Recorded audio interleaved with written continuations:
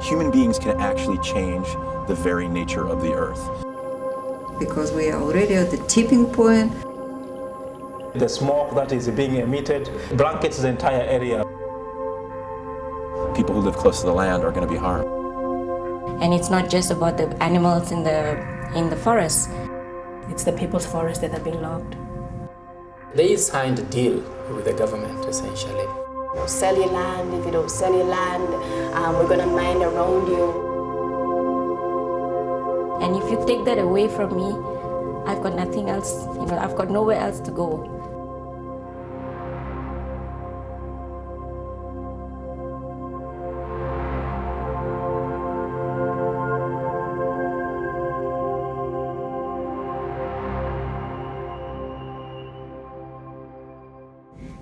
I'm completely convinced that environmental policy and environmental law is based upon decisions that a country makes and decisions in the law, and then you enforce the law.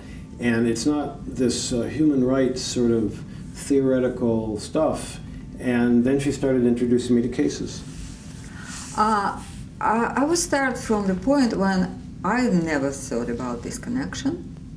And for me, that was a very important invitation to come to Geneva in January 2002.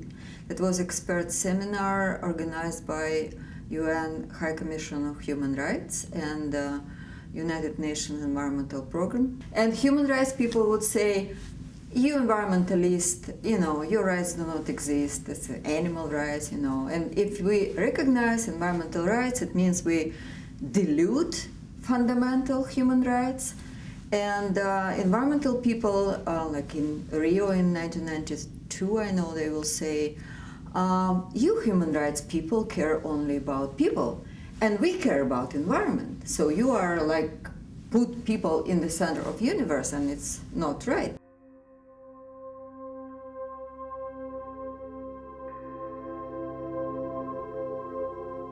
We participated in negotiation of the Aarhus Convention. The convention is on access to information, public participation, and access to justice in environmental matters.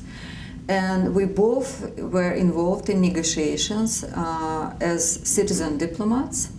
And we had our right for the first time in the international negotiations to have our right to say, sitting together with the ministers, and to be heard. And some of the formulations of the convention are actually proposed by non-government organizations.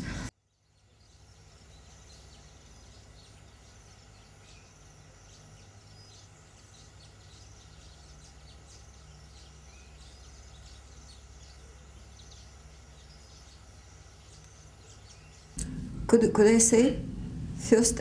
I'm sorry. I know what you're going to say, and I agree with you.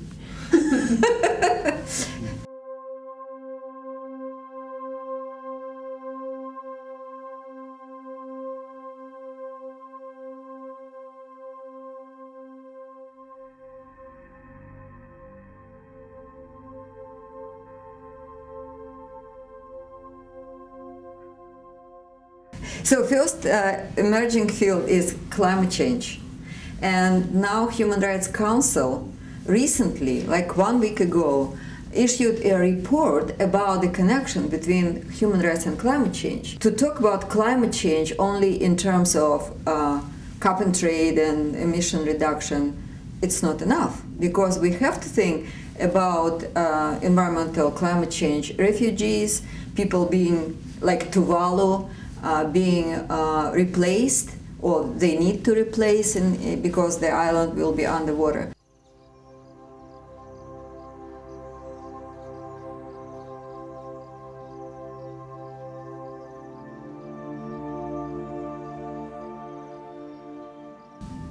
My message would be consider using a human rights approach. When you go to the court and you talk about human rights, the judge will listen more carefully than you will talk about butterflies.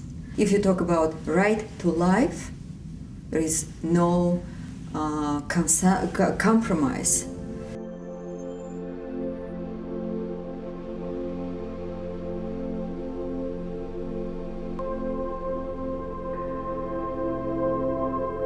environmental movement is about saving lives.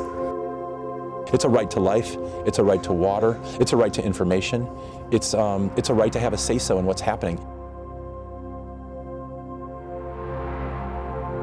Information means power. If you're powerless, then you can't get an access to justice.